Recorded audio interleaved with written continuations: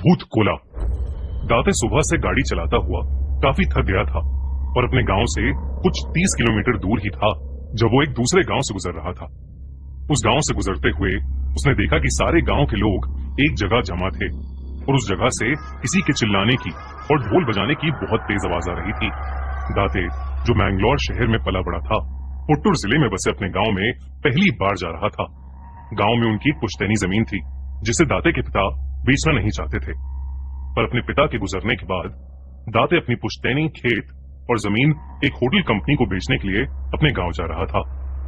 उसकी गाड़ी जैसे तैसे अलग अलग गांवों के बीच से जा रही थी और उसको वही ढोल और चीखने की आवाजें हर जगह सुनाई दे रही थीं और उन जश्नों में जलती हुई मशालों से रात भी जगमगा उठी थी।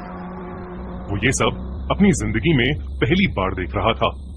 सब कुछ देखते देखते जब वो अपने गांव के घर में पहुंचा तो उसने देखा कि वो गांव भी बाकी गांव की तरह सजा हुआ था, पर वहां अभी कोई जश्न नहीं हो रहा था।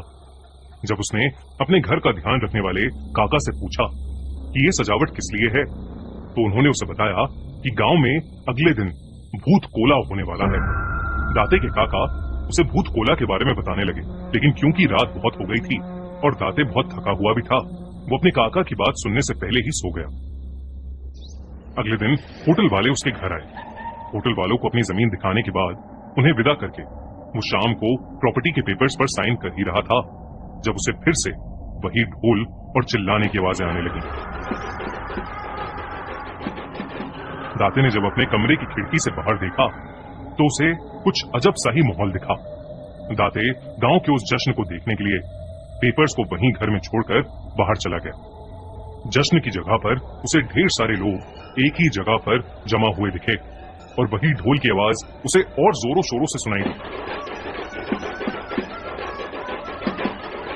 दाते वहां जाकर चुपचाप भीड़ में पीछे खड़ा सब देख रहा था जब उसे दिखा कि रंग बिरंगे कपड़ों में एक आदमी उसकी तरफ पीट करे भीड़ के बीचों बीच कांप रहा था और एक अजीब सा डांस कर रहा था और सब लोग उसी के सामने हाथ जोड़े उससे अलग अलग चीजें पूछ रहे थे।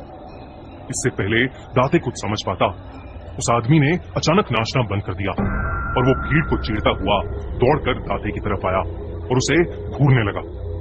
दाते उस आदमी को इतनी पास से देखकर बुरी तरह घबरा गया। उस आदमी के पूरे मुंह पर पीला रंग था और उसके शरीर पर ढेर सारे गहने और सर के ऊपर एक जंगली सुअर का मुखौटा था जो उस आदमी को और भी ज्यादा अजीब बना रहा था। वो आदमी कई देर तक दाते को घूरने के बाद एकदम से चिल्लाया, इतनी तेज कि दाते की रूह कांप उठी। वो आदमी दाते पर चिल्लाने के बाद वहां से कहीं जंगल की तरफ भाग गया। ये देखकर सब गांव वाले दाते की तरफ मुड़े और सबके चेहरे पर उसे एक अजीब सा डर दिखाई देने लगा था। सब लोग दाते को चेतावनी देने लगे कि उसके साथ कुछ बुरा होने वाला है और उसे अब अपना हर एक कदम संभाल कर उठाना चाहिए। दाते इस सब को गांव वालों की बकवास और अंधविश्वास समझकर हंसने लगा और वापस अपने घर चला गया। दाते अपने घर पहुंचा ही था कि उसके काका उसके पीछे भागते हुए घर आकर घबराए हुए उसे सब समझाने लगे। उन्होंने उससे कहा कि जो उस पर आकर चिल्लाए थे वो दरअसल पंजूरी देव थे जो गांव वालों और गांव वालों की जमीन की सुरक्षा करते हैं और गांव वालों को सभी दिक्कतों से बचाते हैं। वो हर साल भूत कोला के समय आते हैं और लोगों की सारी समस्याओं को हल करते हैं और उन्हीं के आने की खुशी में हर साल ये जश्न मनाया जाता है। दाते के काका ने उसे बताया कि पंजूरी देव का दाते पर ऐसे चिल्लाने का मतलब यही था कि जो जमीन दाते बेच रहा था पंजूरी देव उसको बेचने के खिलाफ था। दाते इन सब को सुनकर और जोर से हंसने लगा। उसके काका उसे समझाने लगे कि अगर उसने पंजूरी देव की बात नहीं मानी तो उसकी जान को खतरा भी हो सकता है। इस पर दाते अपने कमरे में पड़े हुए प्रॉपर्टी के पेपर्स को लाकर उन्हें साइन कर हंसता हुआ सोने चला गया। उस रात दाते आराम की नींद सो रहा था जब देर रात को उसकी नींद एक आवाज से खुली। जब उसने ध्यान से उस आवाज को सुना तो वो आवाज ठीक वैसी ही थी जैसे उसे शाम को भूत कोला में सुनाई दी थी, पर इस बार वो किसी के रोने की आवाज थी। डरा हुआ दाते जब आवाज के पीछे दरवाजे तक गया तो उसे दूर दूर तक वहां कोई नहीं दिखा, पर तभी एकदम से हवा में एक तेज चिंगारी आई और अचानक से पंजूरी देव उसके सामने आकर जोरों से चिल्लाने लगे।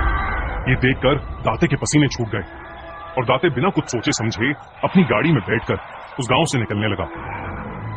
दाते गाड़ी चलाता चलाता जंगल वाले रास्ते तक पहुंचा ही था कि तभी उसको कुछ दिखा, जो देखकर वो सुन्न पड़ गया।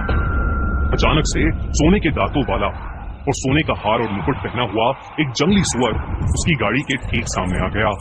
दाते ने डरते हुए अपनी गाड़ी मोड़ी और वो पास के एक पेड़ में जा लगी। दाते का एक्सीडेंट हो गया था और वो वहीं पर बेहोश हो गया था। दाते को जब होश आया तो वो हॉस्पिटल में था और उसके काका उसके बगल में बैठे थे। उन्हें देखते ही दाते जोर से रोने लगा। फिर उसने अपने काका से उसी वक्त जाकर प्रॉपर्टी के पेपर्स को लाने को कहा। उसके काका जैसे ही वो पेपर्स लाए, दाते ने उन्हें वहीं पर फाड़ दिया। हॉस्पिटल से डिस्चार्ज होकर दाते ने पंजूरी देव से क्षमा मांगी और वापस अपने घर मैंगलोर ये कसम खाकर चला गया कि वो अपनी जमीन कभी किसी को नहीं बेचेगा।